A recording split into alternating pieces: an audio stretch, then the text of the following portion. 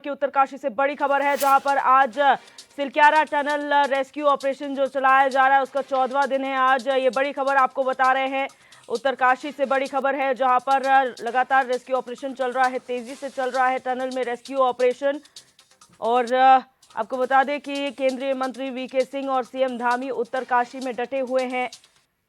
ये बड़ी खबर उत्तरकाशी से है, मातली में ही मौजूद है सीएम पुष्कर सिंह धामी। तो उत्तरकाशी में लगातार सिलक्यारा टनल हादसे के बाद जो रेस्क्यू ऑपरेशन चल रहा है वहां पर तेजी लाई जा रही है और मिनी सचिवालय जो मातली में स्थापित किया गया है वही शासकीय कार्य निपटा रहे हैं मुख्यमंत्री पुष्कर सिंह धामी।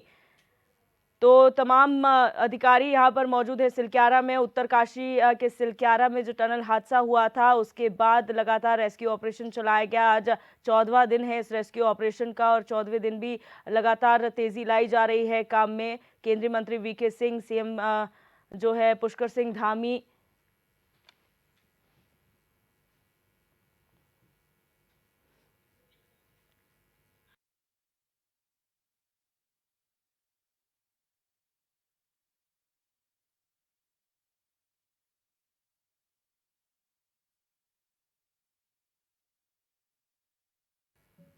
तो उत्तरकाशी में लगातार जो है रेस्क्यू ऑपरेशन चलाया जा रहा है। 14वां दिन इस रेस्क्यू ऑपरेशन का है, टनल के अंदर ये रेस्क्यू ऑपरेशन चलाया जा रहा है और तेजी के साथ जो है रेस्क्यू किया जा रहा है। मिनी सचिवालय एक मातली में स्थापित किया गया है, जहां पर मुख्यमंत्री पुष्कर सिंह धामी तमाम शासकीय कार्य जो है वो निपटा रहे हैं, यानी कि नजर पूरी तरीके से बनाई हुई है मुख्यमंत्री ने इस पूरे रेस्क्यू ऑपरेशन में। और यहाँ पर जो 14वां दिन है उसे लेकर सबकी निगाहें टिकी हुई हैं। 14 दिनों से लगातार रेस्क्यू ऑपरेशन चलाया जा रहा है। और हमारे संवाददाता दीपक नौटियाल इसी खबर पर हमारे साथ जुड़ चुके हैं। दीपक, जानकारी चाहेंगे, इस वक्त का अपडेट आपके पास क्या है, कितना और समय रेस्क्यू में लगने वाला है? जी दिव्या, आपको बता दूं कि कल रात जो है जब जो पाइप टनल में पुश किए जा रहे थे तो उसके आगे जो है लोहे का गार्डर लग गया था, जिसके कारण से जो पाइप जो है हल्का सा मुड़ गया था और रात को जो है काम रोकना पड़ा। उससे जो पाइप है उसका कटिंग का कार्य चल रहा है, क्योंकि वो बहुत ही टफ काम है, क्योंकि 48 मीटर पाइप के अंदर से जाके जो है फिर गैस कटर से उस मशीन जो पाइप है उसको काटना पड़ रहा है, जो कि बहुत ही टफ काम है। लेकिन जो है उसको जो है बखूबी जो है अंजाम दिया जा रहा है। फिलहाल जो है पाइप कटिंग का कार्य चल रहा है और जैसे ही कटिंग पूरी हो उसके बाद जो है ड्रिलिंग का कार्य शुरू हो जाएगा। जी, और कितना मीटर का डिस्टेंस बचा हुआ है और कितना समय इसमें लग सकता है? अधिकारियों की तरफ से कोई वर्जन आया है सामने? जी बिल्कुल, कल जब प्रेस वार्ता हुई थी तो उन्होंने कहा था कि 46 पॉइंट कुछ का हो गया। उसके बाद जो है 4 पॉइंट कुछ और पाइप पड़ा था, लेकिन वो आगे से मुड़ गया। अब ये देखना है कि कितना वो पाइप मुड़ा है। जितना अगर वो जितना मुड़ा है उतना वो काटना पड़ेगा तो वो दूरी उतनी कम हो जाएगी। लेकिन फिलहाल मान के जा रहा है कि 3 या 3.5 मीटर की अब केवल दूरी बची हुई है और जैसी वो दूरी पूरी होती है तो ये मजदूर जो है बाहर होंगे। बिल्कुल। और कल ये कहा गया था कि जीपीआर यानी कि ग्राउंड पेनिट्रेटिंग रडार का जो इस्तेमाल पहले किया गया था, अगर मशीन फिर रुकती है तो फिर इसका इस्तेमाल किया जाएगा। क्या उसका प्रयोग अभी किया गया है, ये जानने के लिए कि आगे कोई और चुनौती तो नहीं है? जी बिल्कुल, अभी फिलहाल तो गैस कटर से जो पाइप मुड़ा है उसको काटने का काम उसका काम चल रहा है। लेकिन थोड़ी देर में जैसे वो जो अंदर गैस कटर से वो काट रहे हो, जैसे वो बाहर आते हैं उसके बाद जो है फिर जो है सर्वे होगा कि आगे कोई मेटल तो नहीं है। अगर मेटल होता तो फिर उसको जो है काटा जाएगा। उसी के बाद जो है जो अगर मशीन है वो वहाँ पे चले जाएगी, क्योंकि जो है इससे जो है मशीन को भी नुकसान होने का खतरा है। अगर मशीन को खतरा होता है तो फिर रेस्क्यू ऑपरेशन जो है थोड़ा डिले हो सकता है। जी जी, बहुत शुक्रिया दीपक, आप लगातार हमारे साथ बने रहें, नज़र बनाए रखें, आगे भी आपसे अपडेट हम लेते रहेंगे। और फिलहाल हमारे ब्यूरो चीफ जो हैं रोहित विक्रम सिंह हमारे साथ लाइव जुड़ चुके हैं न्यूज़ रूम से। रोहित, जिस तरीके से लगातार रेस्क्यू ऑपरेशन चल रहा है, 14वां दिन आज है और जिस तरह से पूरी प्रक्रिया चली है, अब का जो माहौल बना हुआ है उसको देखकर क्या लग रहा है, कितना और समय? क्योंकि पहले कहा था इगास मनाएंगे साथ में, उसके बाद लगातार चुनौतियाँ प्रशासन के सामने आ रही हैं।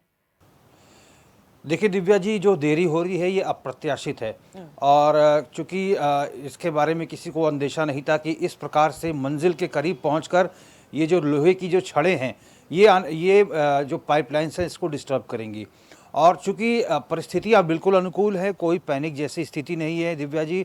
लगातार जो है मज़दूरों से संपर्क हो रहा है, मज़दूरों की लगातार वीडियो देखी जा रही है उनसे वीडियो के माध्यम से संपर्क किया जा रहा है, बातचीत की जा रही है वॉकी टॉकी के माध्यम से। उनके परिजनों को भी आश्वस्त कर दिया गया है। परिजन जो अलग अलग राज्यों से आए हैं उनको सुरक्षित स्थानों पर रुकवाया गया है। उनके खाने पीने का इंतज़ाम जो है किया जा रहा है सरकार की तरफ से। और कल दोपहर बाद मुख्यमंत्री पुष्कर सिंह धामी ने एक ट्वीट भी किया था जिसमें उन्होंने कहा था कि प्रधानमंत्री नरेंद्र मोदी का लगातार फ़ोन आ रहा है। कल भी दूसरी बार फ़ोन आया। प्रधानमंत्री ने सबसे पहले तो श्रमिकों के बारे में मुख्यमंत्री से पूछा। मुख्यमंत्री ने पूरी तरह से आश्वस्त किया कि श्रमिक बिल्कुल सुरक्षित हैं और उनको दाल चावल रोटी सब्जी पका हुआ खाना दिया जा रहा है, अंडे दिए जा रहे हैं, दूध दिया जा रहा है, जूस दिया जा रहा है, दवाइयाँ भी उपलब्ध हो रही है। इसके बाद प्रधानमंत्री मोदी ने पूछा कि जो उनके परिजन आए हैं वो कहाँ पर हैं। मुख्यमंत्री ने बताया कि सभी को सुरक्षित गेस्ट हाउस में रुकवा दिया गया है।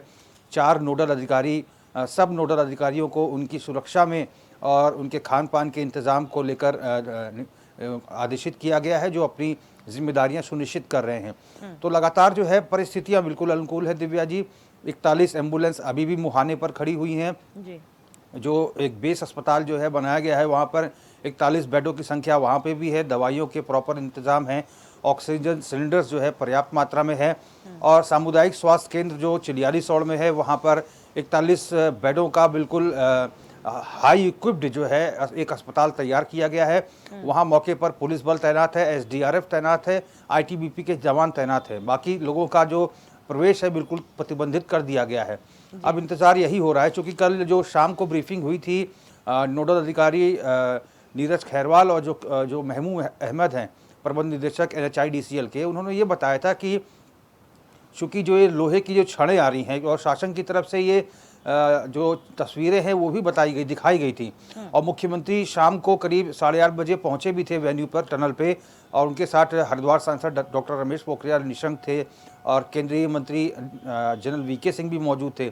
और लोहे की छड़ जो है दिव्या जी, उस लोहे की छड़ को दिखाया गया कि वो लोहे की छड़ असल में ऑगर मशीन जो है उस लोहे की छड़ को भेज सकती है, लेकिन उस लोहे की छड़ को जो है सपोर्ट मिल रहा है, पीछे का जो मलबा है उस मलबे से सपोर्ट मिल रहा है। इस वजह से जो है ड्रिलिंग के कार्य जो है प्रभावित हो रहा है। अगर मलबा ना होता तो ऑगर मशीन उससे भेजते हुए आगे निकल जाती। तो लोहे के छड़ों को भी दिखाया गया है और जो 800 mm का जो पाइप था जो उसकी वजह से बिल्कुल कट गया है, उसको भी मुख्यमंत्री ने बारीकी से देखा है।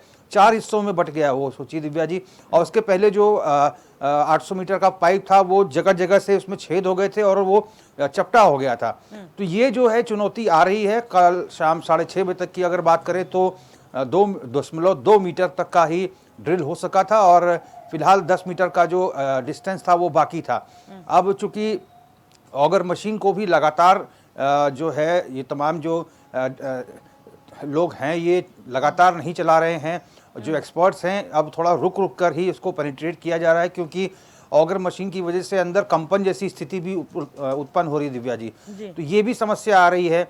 और दूसरी तरफ ये बताया जा रहा है कि जो GPR मशीन है वो उसके ज़रिए जो है NDRF की जब टीम अंदर घुसी थी तो उसने ये पता लगाया था कि साहब 5 मीटर तक कोई ऐसा व्यवधान नहीं है, लेकिन फिर भी अंदर लोहे की छड़ें अभी भी दिखाई दे रही हैं और जिसकी वजह से काम जो है काफ़ी प्रभावित हो रहा है। अब जो है सरकार की तरफ से ये निर्देशित किया गया है कि अब समय कोई बहुत ज़्यादा महत्वपूर्ण बात नहीं है, क्योंकि सब लोग सकुशल हैं, सब लोगों को खाना पानी सब कुछ उपलब्ध हो रहा है, उनके परिजन हैं, सारी व्यवस्थाएं मुकम्मल की जा चुकी हैं। अब देर ही सही लेकिन मीटर दर मीटर आराम से इसको ड्रिल करना है ताकि तय समय के भीतर हम वहां तक पहुंच जाएं। अगर सरिया भी आ रहा है, अब चूंकि सरिया आता है उसकी वजह से पाइप कट जाती है दिव्या जी, और फिर पाइप फिर दोबारा निकालनी पड़ती है, फिर नई पाइप डालनी पड़ती है, इसमें बहुत समय लग रहा है। और दूसरा जो पाइप को की जो वेल्डिंग करनी पड़ती है उसको ठंडा करना पड़ता है। तो ये पूरा प्रोसेस जो है अब 50 मीटर तक तो सब कुछ ठीक रहा, जैसे तैसे पहुँचे, लेकिन अब ये 10 मीटर का जो दायरा है इसमें लगातार जो है व्यवधान आ रहे हैं और उम्मीद जताई जा रही है कि आगे भी लोहे की छड़ें हैं। तो इसी वजह से काम को थोड़ा रुक रुक के किया जा रहा है, क्योंकि लगातार अगर ऑगर मशीन को चलाते हैं तो उसकी ब्लेड्स में भी समस्या आ सकती है। तो लिहाजा जो है अब चूँकि भारत सरकार की तरफ से भी जो लेफ्टिनेंट जनरल अता हैं उनकी तरफ से ब्रीफिंग की जा रही है, और इधर राज्य सरकार की अगर हम बात करें तो NHIDCL के जो MD हैं महमूद अहमद, वो लगातार शाम को ब्रीफ कर रहे हैं। तो पल पल की अपडेट जो है सभी लोगों को, देशवासियों को दी जा रही है और पूरा प्रयास यही हो रहा है कि समय भले ही लग जाए लेकिन सुरक्षित मजदूरों को बाहर निकाल लिया जाए। बिल्कुल, और क्योंकि आज 14वां दिन है, यानी कि लगातार 2 हफ्तों से जो 41 ज़िंदगियाँ हैं वो अंदर हैं, लगातार बाहर से कोशिश की जा रही है किसी तरह से उन तक पहुँचा जाए। लेकिन अगर खाने-पीने के सामान की बात की जाए, क्योंकि टेम्परेचर भी अब समय के साथ परिवर्तित हो रहा है, यानी कि ठंड थोड़ी बढ़ रही है। ऐसे में अंदर जो मज़दूर हैं, उनके लिए क्या व्यवस्थाएँ बाहर से की जा रही हैं?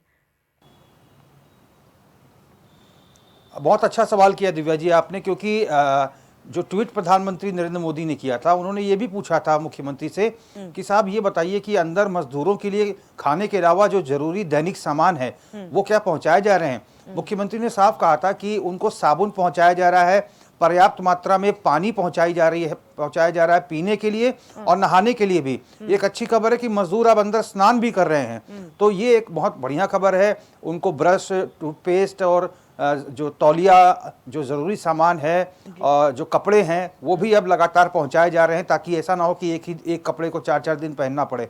लगातार कपड़े भी पहुंचाए जा रहे हैं, टॉवल पहुंचाया जा रहा है, पानी पहुंचाया जा रहा है, बाथिंग सोप पहुंचाया जा रहा है, टूथब्रश पहुंचाया गया है, टूथपेस्ट पहुंचाया गया है, और जो अन्य ज़रूरी चीज़ें हैं खाने की वो भी पहुंचाई जा रही हैं, ताकि मज़दूरों को ऐसा ना लगे कि राज्य सरकार ने या फिर सरकारों ने सिर्फ भोजन के बल पर हमको अंदर टिका के रखा है।